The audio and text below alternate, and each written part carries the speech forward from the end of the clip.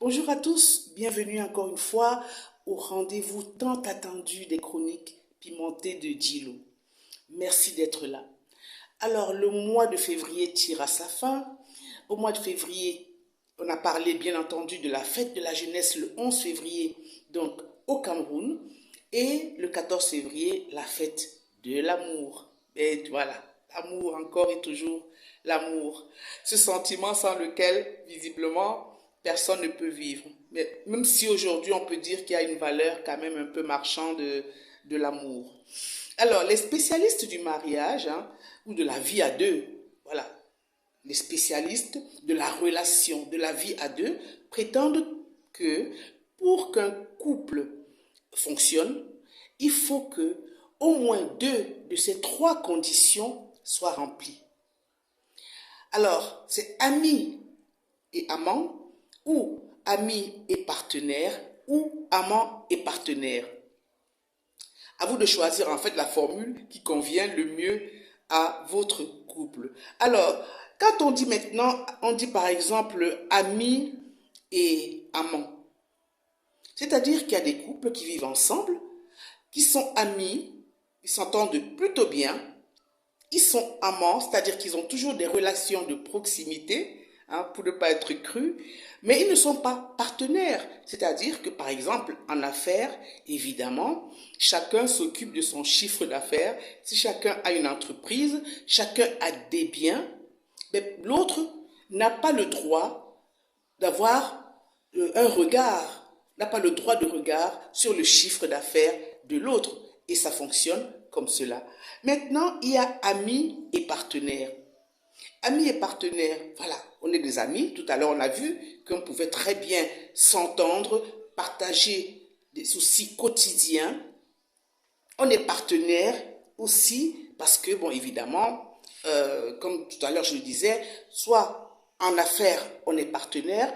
On peut aussi être partenaire parce qu'on a fait des enfants. Oui, faire des enfants, procréer, c'est un partenariat, même s'il n'est pas forcément gagnant, gagnant. Le fait de faire des enfants, de s'en occuper, de les voir grandir ensemble, eh bien, c'est une chose qui peut être considérée comme un partenariat. On est donc amis et partenaires, mais on n'est pas amants. Alors oui, il y a beaucoup de couples qui vivent ensemble, mais évidemment qui ne partagent plus la même couche, le même lit. Chacun dort dans sa chambre et puis entretient des relations, plutôt comme je disais, des relations amicales et des relations de partenariat. On reste ensemble, or on a une maison qu'on ne veut pas vendre, un divorce est très onéreux, donc on préfère rester ensemble et partager ce qui nous reste ensemble et chacun fait sa vie, a une vie amoureuse ailleurs ou pas. Tout dépend évidemment de chacun. Il y a aussi amant et partenaire. On peut être amant, c'est-à-dire avoir des relations de proximité, dormir ensemble. Être partenaire, c'est-à-dire que le fait de faire des enfants, de s'en occuper, d'avoir des entreprises, d'avoir des biens en commun, mais sans être amis. Bon, c'est un peu plus compliqué à mon humble avis parce que voilà, l'amitié, c'est quand même quelque chose de très important dans un couple. Et, il y a toujours un peu d'affect, surtout quand on a passé plusieurs années ensemble. Mais on n'est pas dans le jugement. Il y a des couples qui fonctionnent comme ça et font tabula rasa de tous les soucis quotidiens, sont pas amis, chacun gère ses problèmes, on ne se confie pas à l'autre, chacun gère ses soucis quotidiens sans mêler l'autre à ces soucis-là. Et ça fonctionne. Voilà, donc vous voyez que amis et amants, ou amis et partenaires, ou amants et partenaires. Donc, à chacun de trouver la formule qui sied à sa relation de couple. Et puis après, on entend des proverbes, des dictons, on dit l'amour, ce n'est pas se regarder l'un l'autre, mais c'est regarder ensemble dans la même direction. Bon, on peut ne pas regarder dans la même direction, mais comme vous l'avez vu tout à l'heure, avec ces exemples que les spécialistes ont étudiés, on peut ne pas regarder ensemble vers la même direction et être ensemble et faire un bon bout de chemin. Il y en a qui disent aussi, par exemple, qu'on ne peut pas vivre d'amour et d'eau fraîche. Ben oui, on sait très bien que les problèmes financiers sont la base de la discorde dans un couple. Hein. On a beau dire que oui, il ne faut pas être matérialiste, mais il faut au moins que le minimum soit requis. Sinon, évidemment, il y a des frustrations, du stress, et parfois même qui découlent vers la dépression et même voire des maladies, des pathologies comme la dépression et bien entendu la violence.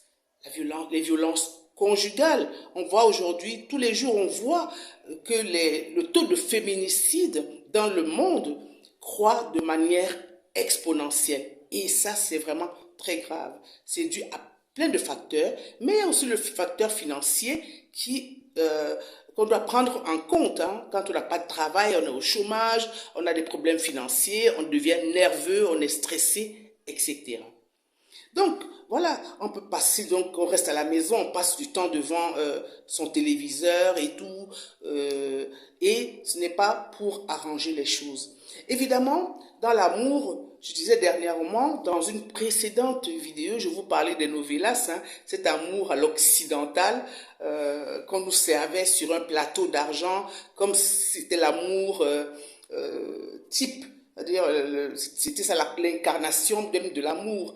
Et justement, à ce propos-là, j'avais dans cette vidéo un message en fait subliminal en disant que l'Afrique n'avait absolument pas besoin de cet amour. On rêve de l'amour parfait. On voit à la télé, dans ces films, dans ces friperies cinématographiques, ces navets, on voit que tout le monde il est beau, tout le monde il est gentil, les gens sont vraiment riches, il y a des belles maisons, des palaces, etc. Non, franchement, pour la jeunesse africaine surtout, la jeunesse africaine donc n'a pas besoin d'être formée à cette forme d'amour. La vie n'est pas facile, on doit se battre, on doit se réaliser, on doit travailler à un mieux devenir et les novellas ne contribuent absolument pas à cet état de choses. À la rigueur, on peut pardonner voilà, à des retraités prostateux, aux ONG, entendez ONG, orgasme non garanti, oui, des retraités aux orgasmes non garantis qui, eux, voilà, ils sont à la retraite, ils n'ont plus rien à faire, ils sont là, ils rêvent, ils sont assis devant leur télé, ils rêvent du temps où ils étaient jeunes, beaux, voilà, ils rêvent de leur conquête d'antan. Ça, c'est possible. On peut leur pardonner cela. On peut aussi pardonner à des femmes très matures, aux ovaires desséchés, oui, qui ne peuvent plus serrer un homme ou verrouiller un homme en leur faisant un enfant derrière le dos. Donc, elles regardent cette nouvelle-là parce que, bon, voilà, elles rêvent du temps où elles étaient encore, comme on dit.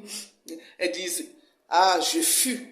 Vous voyez un peu? Voilà. Donc c'est ça, on peut leur pardonner également à ces femmes-là. Et on sait très bien que ces femmes rêvent, elles sont nostalgiques du passé. Elles ont peur de vieillir. Alors que la vieillesse est une grâce, n'est-ce pas? Et puis surtout, à tout âge, on est beau. À tout âge, mesdames, vous êtes belles. Donc tout est une question de soin, de prendre soin de soi. La troisième catégorie de personnes à qui on peut pardonner également de regarder ces novellas-là, ce sont bien sûr les croqueuses de diamants, hein, les bien nommées croqueuses de diamants qui, elles, pensent que la vie est facile et en regardant évidemment les novellas, elles prennent exemple sur ces filles hein, à la vie un peu facile, j'allais dire, qui d'un claquement de doigts peuvent imposer à l'homme quelque chose, voilà, elles se font entretenir par les hommes, elles pensent que la vie, effectivement, c'est ça, c'est les grands hôtels, les palaces, de belles maisons, bref, c'est vraiment utopique, ça, on le sait. C'est utopique. Il faut se lever le matin, il faut aller bosser et même aller entreprendre pour avoir droit à ce bonheur-là et bien sûr à ce respect. Et ces croqueuses de diamants, que je salue au passage, évidemment leur point G est où leur point G se trouve bien entendu dans leur penderie. C'est pour ça qu'elles admirent des belles robes, des belles coiffures de ces femmes-là. Bref, soyons sérieux. Soyons sérieux. Au 237. Au Cameroun, par exemple, on sait très bien que quand on regarde, on écoute les femmes parler bientôt. Vous savez qu'il y a le mois de mars, la journée internationale des droits de la femme. Et quand on entend les femmes dire oui, les hommes maltraitent beaucoup les hommes, les hommes maltraitent beaucoup les femmes aussi, surtout, hein, c'est ce qu'on entend de la bouche des femmes. On doit leur dire simplement qu'il ne faut pas du tout être atteint du syndrome de Stockholm. On ne peut pas aimer son bourreau. En 2021, il y a toutes les structures qui sont mises en place pour vous soutenir en cas de problème. Il y a le planning familial, les ministères de tous les pays, que dans le monde en tout cas, vous informent sur vos droits, bien entendu, et aussi sur vos devoirs. On n'a pas le droit de se faire maltraiter par qui que ce soit. Comme on dit au 237, la vie, c'est un tour. La vie, c'est une fois. Tout le monde a droit au bonheur. Tout le monde a droit au respect. Parce que le respect, c'est la base de toute relation de couple. À bon entendeur, salut. Voilà, je vous remercie infiniment de m'avoir écouté. N'hésitez pas à mettre un j'aime et surtout, évidemment, de mettre des commentaires. Oui, des commentaires pour partager votre ressenti, partager votre sentiment par rapport à ce sujet hautement scientifique qu'est l'amour, évidemment. Et puis, bien entendu, abonnez-vous à la page pour ne rater aucune chronique pimentée de Djilo. Je vous dis donc à tout bientôt, au mois de mars, et on se voit donc pour d'autres chroniques pimentées. À bientôt.